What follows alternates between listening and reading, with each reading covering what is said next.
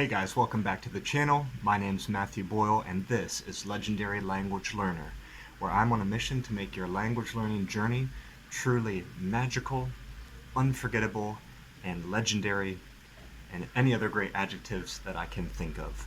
Before I jump into today's video, I just want to warmly welcome you to like and subscribe. I'm posting daily shorts for your daily inspiration and long-form videos like this one on Saturdays. In today's video, I want to talk about a topic that I think is not talked about enough in the language learning community, yet really it underpins or underlies anything we might hope to achieve with our language learning, and really anything we might hope to achieve in our lives, and that is our health. I want to talk to you guys today about food and drinks, exercise, and sleep, because these are the things that I have found to be really foundational to my success. I used to think maybe they were more on the periphery and I would think about them or engage with them when I had time, but nowadays I see them just as sort of like paying rent on the temple being my body and my health, and I must do them daily in order to earn the right to pursue my highest ambitions. Because for whatever I want to achieve, I want it to be achieved holistically. I don't want to become sick or unhealthy as I age so that I let my people down, I let my friends down, I let my family down. You know, you guys have seen me put out so many language learning card games. You've seen me grow this business. I also teach, I also coach, I have a family now, I have a little daughter. But through it all, over the past several years, I've also improved my health constantly and always seeking to optimize what I can do with food, drink, sleep, so that I can be productive, so that I can achieve something and keep what I achieve, and it doesn't just fade away. So I always want to keep building, I always want to keep improving. So if that sounds good to you, stick with me through this video and leave me some comments about how you're doing with some of these things, because again, underpins everything. It underlines everything. You don't want to achieve one of your goals or two of your goals or three of your goals and then find out that you can't really enjoy them because you're unhealthy and you're sick and you're weak. That would just be, well, kind of foolish, kind of putting the cart before the horse. And part of the name of this game too is longevity, or as I like to call it, langevity. If you want to get really good with languages, you got to live longer and you got to live healthier, so you really have the timeline to become a great master. So the first subject, and by the way, it is pouring rain, so maybe the lighting's not so good, but I hope it provides some nice ambiance and background sound. I hope it won't be too distracting, but it's pouring rain here in Guangdong and there's a cool breeze. Let's just enjoy it. First topic is food and drinks. So when it comes to food, I know maybe some of you, I don't know if you are much into snacking, I don't know if you eat a lot of unhealthy things, but I want you to look at that first and see if you can crowd out the unhealthy things by ingesting more healthy things. You really have to eat a lot of fruits and vegetables. I know I kind of sound like your mom here, but you got to eat your fruits and vegetables so that you can have the mental and cognitive performance. That's where you get your living micronutrients and phytochemicals. I'm not a scientist, I don't know exactly what they're called, but those living, fresh fruits and vegetables is where you get so much vibrant energy. So think about what you can do there. Any small improvement you can make done consistently over time is going to lead you to great places. You might want to try to have a fresh salad at lunch every day, for example. Could be a great place to start. In the way of drinks, I think there's two real, we could talk about smoothies would be great. If you could have a daily smoothie, which I often do, I make a daily protein smoothie, add some greens in there, different types of powders. I have a protein powder, I have some flax powder, sometimes I have maca or chai powders, sometimes kale powders, and I make a smoothie. And that's really to support my exercise, what we'll get to later. But in terms of our study, what kind of drinks can support the study? I think there's two major ones, which is coffee and tea. I really wouldn't recommend energy drinks, I think they're way over the top. But coffee, I've been experimenting with recently. I am a die-hard tea. I wouldn't use the word addict, but maybe maybe a lot of people around me would. I love tea. I love to have tea every afternoon, and I've done so for about 10 years. I've enjoyed tea in the Chinese way, preparing it gong fu style. And I recommend, if you're into tea, you should use the Chinese gong fu cha way to prepare your tea with whole leaf tea, because it's sort of like a ritual that has many short phases or short parts, which you can repeat on a loop as you study for hours. But that said, recently I've been experimenting with coffee a lot, and I have learned really the difference between coffee and tea and how that affects the mind and the body. And the way I see it now is coffee is really for those who want to be extremely productive. It's a productivity hack more than anything else. And for me, it really represents the movers and shakers who are up early grinding. For them, I think you need that coffee. Coffee gives you a quick and powerful boost of energy that blasts through grogginess, but usually you just have one cup of coffee, so it blasts you up, and then pretty quickly after that, you have, like I've been experiencing, a little bit of a crash. So that's kind of what coffee is like. It's useful and it's practical in that sense. Tea is a bit different. Tea awakens, especially, I'm talking about the Gong Fu Cha way, which takes some time. You have many infusions in a pot like this one, little pot, a lot of infusions. Tea is something that awakens the soul, awakens the spirit. It gets you in a more contemplative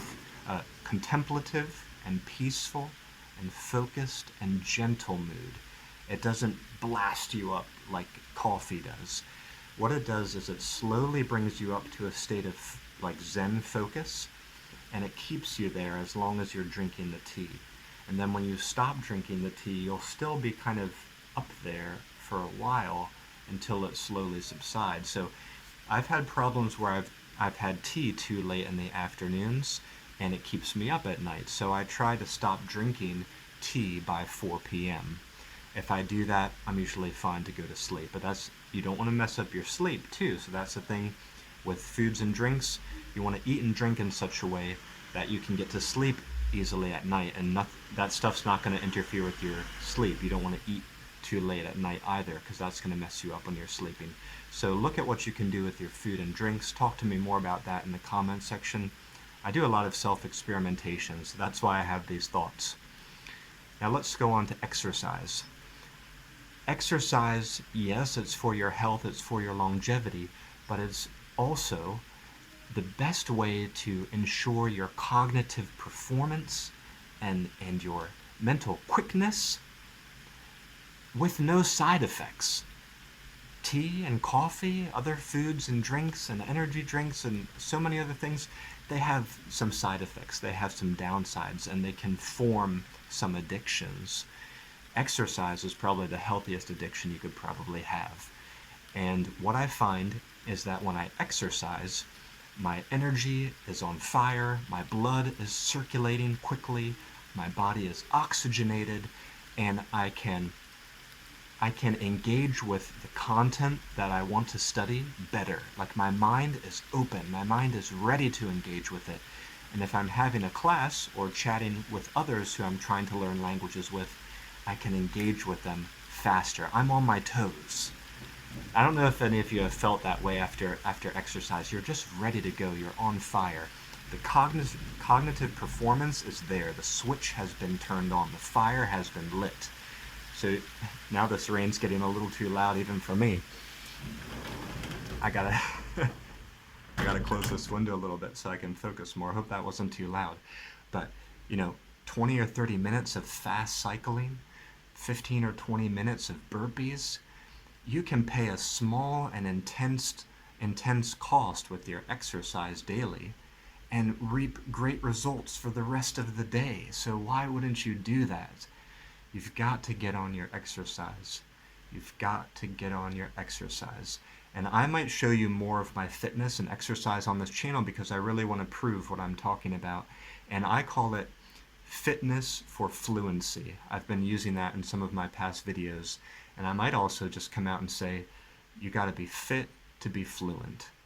You got to be fit to be fluent. There's a connection between our health and our exercise and content that we're trying to learn. It doesn't make sense to study all day in your room or the library and at the same time be destroying your posture with a sedentary lifestyle. Okay, these two things have to go together. And in China, they have the concept of the scholar warrior. You need to develop as a warrior, you need to be strong, you need to be fit, ready for action, and you have to be a master of information, knowledge, content, wisdom. Okay, let's go on to sleep, and I also want to talk about naps. So sleep is an interesting one because I was the kind of person who in high school and through university, I used to sleep for about 9 hours per night. That's what made me feel the best. But what frequently happened, and I used to tell people 9 hours a night, that's good for me. But the truth was, what actually would happen was I would wake up after about 9 hours or maybe even 10, and sometimes I wouldn't feel very good at all.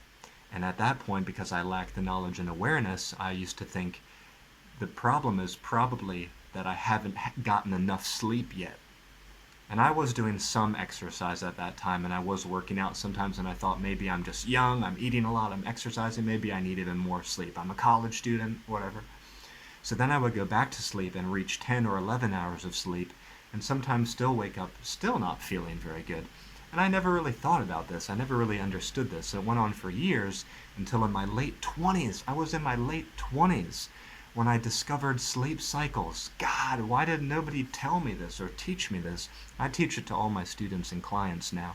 You've got to get on your sleep cycles. So what this is about is quality of sleep over the quantity of sleep. You can sleep less hours, and if they're higher quality hours, you're going to be feeling great. And one of the best ways to ensure that you do that is to wake up at the end of a sleep cycle when you're in the light part of your sleep stage. What people will tend to do is wake up whenever their alarm goes off, and they tend to wake up in a deeper part of sleep, and that's what makes you feel really bad. So whatever you do, however long you sleep, try to wake up during the light stage of sleep. And you can do this with apps and watches now. But here's the thing. If you sleep better, that's going to bring you more energy for your exercise and for your studies. And also, sleep is the time when the memories move from short term to long term. That's when your memories get consolidated. If you're not sleeping well, you're going to lose all your gains in your physical exercise and in your mental learning. You're going to lose both of those gains. Sleep is when things get consolidated. It's when things get refreshed and repaired. That sleep is also when your brain gets cleaned out. Because basically the pipes of the brain, I don't know what they're called, but during all the cognitive action during the day, waste is accumulated in the brain. And it's during the night when the brain is washed clean. So that's also when the trash of the brain and also the body gets processed and detoxified. So sleep, good sleep is so important. Do everything you can to optimize your sleep hygiene. And then last here, I want to talk about naps. Naps for me, I have learned, are the greatest productivity, high performance, and learning hack to my mind. And when I first came to China, I didn't nap since kindergarten. I came to China when I was about 25, and I found all the Chinese people would nap after lunch. There would be like a rest time, kind of like a siesta. And I felt guilty about that. I couldn't even bring myself to do it. I felt so strange. So for like a year or two, I didn't do naps in China. But eventually the culture became such a part of me, and I started to really try it and practice it, and I learned to love it. I see the value of it. And a nap after lunch, that's when you have a natural dip in your circadian rhythm. That's very natural for humans.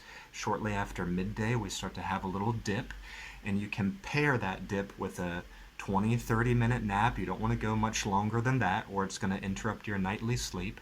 But you have a short nap during the dip, and then that's going to allow you to still have willpower and energy into the evenings. It's going to give you energy for a late afternoon workout. Maybe you have a workout before dinner. That's what I would do. Have your dinner, and then you're going to feel set for an evening where you exploit your evenings. I like to say exploit the evening. Sunset student. You have another hour or two of productivity ahead of you in the evenings if you've done all these other things right. Now, if you're tired by the evenings, your willpower is going to be lower and it's harder to resist the negative temptations. So I've found that a nap is great for being focused and productive in the evenings and resisting binging on food and television shows. So I hope these ideas really can help you. As you can see, I've been experimenting on myself for years. You can see the productivity on my channel and my websites. You can see what I've been able to do for myself and others. The proof is in the pudding. The evidence is there. Just go look at it. And if you want to get some tips, you want to get some ideas, you can leave a comment. I'm happy to chat with you for free. But I also do coach. I can be your accountability partner too. If you want someone to be with you day by day, week by week, and help ensure you transform, I can be that person. But that's it for today's video. I'll see you back here next time at Legendary Language Learner. Until then, go out there and let your language learning be legendary.